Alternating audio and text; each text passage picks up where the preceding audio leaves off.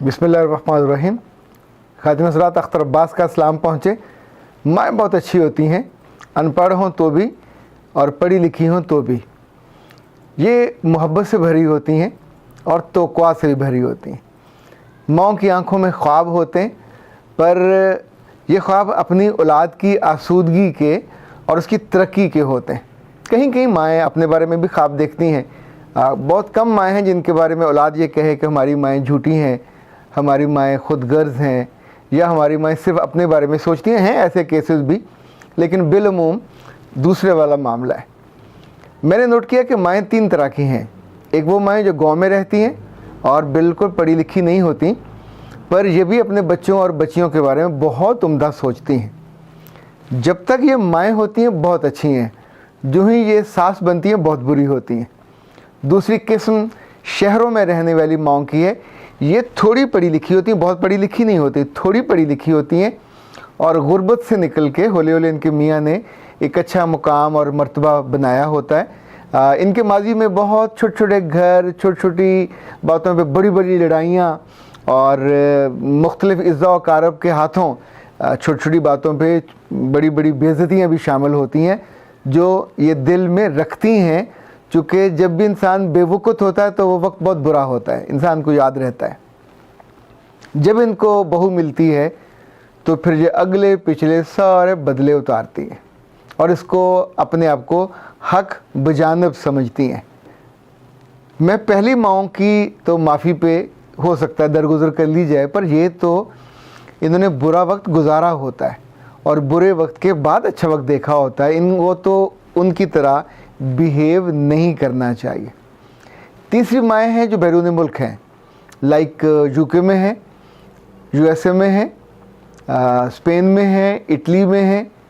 ये वो माएँ हैं जो आज भी 1970 और 80 की दिहाई में बसती हैं, रहती यूके में हैं, पर उनके दिल में और उसकी आँखों में जो उसका ख़ानदान है, जो उसका ख़ानदान की रीत रवायत और ख़ुद उनका अपने बारे में जो कॉन्सेप्ट है, वो 70-80 की दिहाई से आगे नहीं है। अच्छा, ये कॉन्सेप्ट ये है कि जो बहू ब्याह के आएगी वो आके इनकी खिदमत करेगी, वो जो आएगी वो इनके इशारों पे चलेगी और उसकी ज़िंदगी में कोई इंडिपेंडेंस नहीं होगी। ये तीनों माएँ जो गांव में हैं, जो शहर में हैं, जो बैरून मुल्क हैं, इन तीनों की नेकियां, अच्छाइयाँ, खूबियाँ, खूबसूरतियाँ हम किसी का इनकार नहीं कर रहे, एतराफ़ कर रहे हैं। पर मैंने सोचा आज आपसे मैं पूछूं कि हम अपने बच्चों को ग्रूम करते हैं, अपने बहन भाइयों को ग्रो करते हैं, क्या माँओं को भी एजुकेट किया जा सकता है? इसका सवाल इतना बड़ा सारा है, जवाब भी उतना ही बड़ा होगा। हाँ भी हो सकता है, ना भी हो सकता है। बहुत से लोगों का ख्याल है पहले कदम पे कि इनको एजुकेट नहीं किया जा सकता। मेरा भी यही ख्याल था कि इनको एजुकेट नहीं किया जा सकता, पर ना करने की सूरत में कीमत बहुत बड़ी है। अगली आने वाले बरसों में जितनी आपकी ज़िंदगी है वो तबाह बर्बाद हो जाती है। अब ऐसे होता है जैसे वो किसी ये जो फ़ौज आपस में लड़ते हैं ना, तो वो ज़मीन पे लगाते हैं बारूदी सुरंग। आप किसी बारूदी सुरंग पे बैठे होते हैं और ज़रा सा पाँव का प्रेशर आया और सुरंग फटी और साथ आपके भी चीथड़े उड़े और आपकी बेगम के भी उड़े, ज़रा बच्चों के भी उड़ते हैं। ज़िंदगी में कोई खुशी नाम की चीज़ नहीं रहती। माँओं को एजुकेट करना बहुत मुश्किल है पर बहुत ज़रूरी है। आप सोचिए कि जो माँ अपने बेटे को बड़े लाड प्यार से पालती है, डॉक्टर बनाती है, इंजीनियर बनाती है, वो सोचती है कि इसको बीवी भी डॉक्टर ला के दी जाए, बीवी भी इंजीनियर ला के दी जाए। दैट्स द टाइम जब माँ को एजुकेट करना चाहिए। मियाँ नहीं कर सकता, बेटा कर सकता है, बेटी भी कर सकती है, पर बेटियाँ बहुत जुल्म करती हैं। वो सिर्फ अपनी मोहब्बत और अपने महबूबों के लिए एजुकेट करती हैं, अपनी भाभियों के लिए या भाइयों के लिए एजुकेट नहीं करती। नतीजतन उनका अपना घर जो जन्नत का टुकड़ा बन सकता है, वो जहन्नम का एक ऐसा शानदार नमूना बनता है कि आप दरवाज़ा खोलते हो तो अंदर से आग की लपटें आती हैं। एक एक जुमला जो वहाँ कहा जाता है वो आपके दिल और रूह को जला के राख कर देता है। वो बहू जितने दिन वहाँ पे रहती है वो बेचारी एक मुल्ज़िम की तरह हालत क़ैद में होती है। आप सोचिए कि आप अपने बेटे के लिए बहू ब्याह के लाए हो डॉक्टर, तो क्या ख्याल है वो अब उस घर में रहेगी कच्चे कोठे में, या उस छोटे से मकान में जहाँ बाथरूम एक हो या बाथरूम दो हो? नहीं रह सकती। क्या वो शाम को ड्यूटी से वापस आने के बाद अपने सास ससुर को दबाएगी या दिन में 2 दफ़ा खाना तैयार करेगी? नहीं हो सकता बाबा। कुछ चीज़ों को समझना चाहिए। हमारे दोस्त जो बचपन पे चिश्तियाँ से थे, फिर लाहौर में हम इकट्ठे हमने हम कदम में काम किया, फिर वो इस्लामी यूनिवर्सिटी इस्लामाबाद में जॉब करते रहे, वहाँ से वो लंदन चले गए। इट वाज मेरे ख्याल 90 की ये इब्दा में दिहाई का आगाज़ था।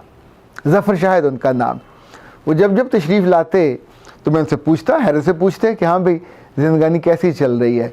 तो वो बताते थे कि इतनी सख्त है, ये नहीं यूँ चेन से चेन जुड़ी हुई है, और हमको खाना पकाने की जो फुर्सत है वो सिर्फ़ इतवार को मिलती है।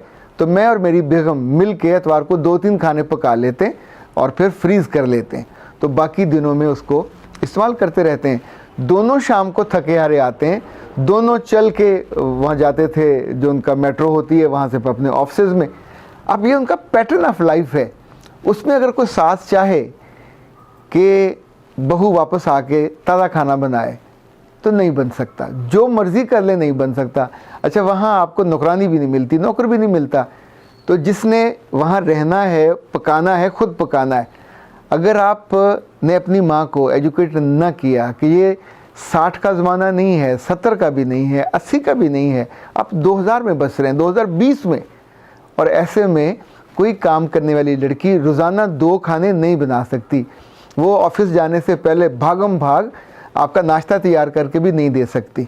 सो ये तो हो सकता है रेडीमेड खाओगे या ख़ुद बाद में बना लोगे, लेकिन इस बुनियाद पे अगर आप रोज़ उस लड़की की बेइज्जती करो तो बहुत जुल्म करेंगे, अपने साथ भी, अपने बेटे के साथ भी, और उस बहू के साथ भी। She is not meant for that. जब आप लाए थे तो टेक्निकली आपने एक ऐसा हीरा लेके आए जो उस छोटी सी गुदड़ी में फिट ही नहीं आ सकता। आपको कोई कम पढ़ी लिखी बच्ची अपने ख़ानदान में से ढूंढनी चाहिए थी, मैट्रिक पास, बहुत होता है इंटर पास, वो आपके पाँव भी दबाती, वो दिन में 3 दफ़ा सफाइयाँ भी करती, वो आपके सर में तेल भी लगाती, जुएँ वगैरह होती तो वो भी निकालती, वो बच्चों को भी पालती पोसती। ये जो पढ़ी लिखी बहू हैं, ये बच्चों को दूध भी नहीं पिलाएंगी, ये बच्चों के साथ उस कदर टेक केयर भी नहीं करेंगी, दफ्तर साथ लेके भी नहीं जाएंगी, रात को गोद में लेकर सोएंगी भी नहीं। आपने इन्हीं बातों पे चिढ़ना है। बाबा ना चिढ़ो, आप अच्छी माएँ बनो। जो आपका अहद था अब वो नहीं रहा। आपका बच्चा इतना था, फिर इतना हुआ, अब माशाल्लाह आपके बराबर, और अब उसके बाल भी सफ़ेद होने लग गए, 2-2 3-3 बच्चे हो गए, पर अब भी आप डिक्टेट करते हैं। यानी ख़ास तौर पे लंदन में जो माएँ रहती हैं, एक मिज़री में आपको बताऊं, कभी आपने गौर नहीं किया होगा, वहाँ जो विक्टोरियन घर हैं वो बहुत छोटे छोटे हैं, एक एक बाथरूम वाला। अब घर में माँ बाप हैं, मियाँ बीवी हैं, बच्चे हैं, तो 6 लोग हो गए, तो एक बाथरूम में नहीं गुजारा हो सकता। पर आप अपनी मोहब्बत की उस डोरी को इतना खींच के रखते हो कि उन बेचारों को सांस लेने का मौका भी नहीं मिलता। नतीजतन उस बाथरूम की घुटन में फिर वो घुटती रहती हैं और आज़ादी की दुआएं करती रहती हैं। फिर जो ही आज़ादी मिलती है तो फिर आपको उनका घर बुरा लगने लगता है, आपको लगता है कि ये अलग हो गई। इकट्ठे थे तो रिस्क ज़्यादा आता था, हिस्सा आता था, वहाँ तो चूँकि एक एक चीज़ के बच्चे पैसे देते हैं तो अलग होकर ज़ाहिर उनका अपना प्रॉब्लम शुरू हो जाता है। सो ए प्यारे बेटों और बेटियों, और वो प्यारी माओ जो मुझे इस वक्त देख रहे हो और सुन रहे हो, आप बहुत अच्छी हो इसलिए कि इस वक्त आप मुझे सुन रहे हो, ये आपकी कोई कम खूबी नहीं है। थोड़ा सा दिल बड़ा कर लिया करें तो इस बेटे का दिल भी बड़ा हो जाए। क्योंकि जब आपकी बहू और बेटा रोते हुए मेरे पास आते हैं और कहते हैं कि हम ज़िंदगी में सांस लेना चाहते हैं पर माँ की नाफरमानी करके नहीं, माँ से दूर रह के भी नहीं, पर अपनी माँ को हम कैसे समझाएं कि हमको स्पेस दे दो, हमें सांस लेने का मौका दे दो। बाज़ घरों में जब बेटे हफ्ते बाद अपनी माँओं से या बापों से मिलने जाते हैं तो पीर का दिन उस घर में अजाब का दिन होता है। अच्छा, ये वैसे पाकिस्तान में भी ऐसा ही है। जब बेटे अपने माँ बाप से मिल के वापस आते हैं तो वो दिन घर में एक फसाद का दिन होता है। वहाँ से जिस तौर पे पंप किया जाता है, तुम्हारी माँ, तुम्हारी जो बीवी है, खाना वो सही नहीं पकाती, वो उसमें ऑयल ज़्यादा डालती है, वो अंडे ज़्यादा खा जाती है, वो बोटियाँ ज़्यादा निकालती है, वो ये करती है, वो माइयों को ज़्यादा दे देती है। ऐसी फजूल नहीं बल्कि बेफजूल बातें बच्चे के दिल में डाली जाती हैं कि जो पूरा हफ्ता सुकून से रहता है उसी लड़की के साथ और सोचता है कि मैं जन्नत की एक हूर वगैरह मेरे पास आ गई है, पर वापस आके वही उसको भूतनी लगती है कि मेरी माँ ने चुके कानों में डाला है कि ये उससे करना नहीं आता, ये नहीं करना आता, ये केयरलेस है, ये जॉब को ज़्यादा वक्त देती है। बाबा लोग जब जॉब करेगी तो जॉब को वक्त भी देगी, जॉब से रिस्क आता है, जॉब से इज्जत आती है, जॉब से आपकी थोड़ी इंपॉर्टेंस भी बनती है। तो 3 चीज़ें हैं। तो पीछे बच्चा या तो दादी संभालेगी या नानी संभालेगी। पाकिस्तान में तो हमको नौकरानी रख लेते हैं, तो बैरून मुल्क नहीं रखी जाती, वहाँ फिर दादी नानी को संभालना पड़ता है। पर वहाँ कोई रखी जाए ग्रैनी तो उसको पेमेंट भी की जाती है। मैं तो बाज़ बच्चियों को और बच्चों को ये सजेस्ट करता होता हूँ कि आप अपनी माँ को वो पैसे जो किसी और को देने हैं उनके हाथ में लिफाफे में डाल के दे दिया करें कि मामा ये आपके लिए। अगर आप किसी ग्रैनी को रखना चाहो, किसी खातून को रखना चाहो, किसी मेड को रखना चाहो, चाहे वो जो आती हैं बेबी सीटर उनको रखना चाहो, तो ये आपकी खुद मुख्तारी, चूँकि आप हमारी माँ हो, इसको मैनेज आप करेंगे। तो उसके बाद never ask a single question कि वो पैसे कहाँ खर्च हुए कि नहीं हुए। It was on her disposal, वो खुद इस्तेमाल करें या किसी को दे दें। उसके बाद आपका ये मसला हल हो जाएगा। इस बात को जेन्युइन समझिए, मसलों को हल किया करें। ये कहना अच्छा आपको रख ले मैं पैसे दे दूंगी, दे दूंगी क्या होता है। मैं उन माओं को भी जानता हूँ जो अपनी बेटियों को ये नहीं कहती कि हम तुम्हें नौकरानी दे दूंगी। नौकरानी की तनख्वाह माँ बमा घर भिजवा देती हैं या नौकरानी भिजवा देती हैं। तो डू दैट, जो करना हो वो कर लिया करें ताकि ज़िंदगी आपकी स्मूथ चले। तो ए प्यारे लोगों और ए प्यारी लोगियों, जो माएँ हैं ये किसी भी उम्र में हो जाएं, मुझे लगता है कि हम इनसे बात कर सकते हैं, इन्हें बता सकते हैं कि अम्मा जी वक्त गुज़र गया, 20-30 साल नहीं 60 से 65 साल गुज़र गए आपकी उम्र में से। अहद बदल गया, बच्चियाँ बदल गई, उनकी तालीम बदल गई। अगर आपकी बहू स्पेशलाइज उसने किया हुआ है तो ज़ाहिर है आप वो एक आम लड़की की तरह बिहेव नहीं कर सकती। वो कभी कभी आएगी, सलाम करेगी, टांग पे टांग रख के बैठेगी, मोबाइल यूज़ करेगी, आपसे मुस्कुरा के देखेगी। इट्स इनफ, इसको इतना ही काफ़ी समझो। ऐसे भी मैंने घर देखे हैं कि जहाँ अगर बेटी को डिवोर्स हो गई तो माँ ने घर को सर पे उठा लिया कि मेरी बेटी को फ़लाँ जगह से दिक्कत हुई है, तंगी हुई है, तो किसी और की बेटी मेरे घर में क्यों सुख है, क्यों उसको सुख है, क्यों वो दिक्कत में नहीं है, तो इसको डिवोर्स क्यों नहीं होती। और अपने बेटों को वो रोज़ाना फिर आग लगाती हैं। तो नतीजतन अपनी ज़िंदगी भी ख्वार करती हैं, उस बच्ची को भी, उसके बच्चों को भी, अपने बेटों को भी। बातें छोटी छोटी हैं पर माँओं से, और जो माएँ मेरी बातों से कायल हो जाएं, उनसे सिर्फ इतनी रिक्वेस्ट है कि जो उनकी दोस्तें हैं, उनकी बहनें हैं, उनकी खालाएँ हैं, उनकी जो उनकी उम्र की लड़कियां औरतें हैं, कभी तो वो भी लड़कियां थीं, तो जो उनकी उम्र की औरतें हैं, उनसे अगर आप बात कर लिया करो कि थोड़ा सा सांस लेने दिया करो, अपनी औलाद को ज़रा सा स्पेस दिया करो ताकि वो आपकी ज़िंदगी की दुआ करें।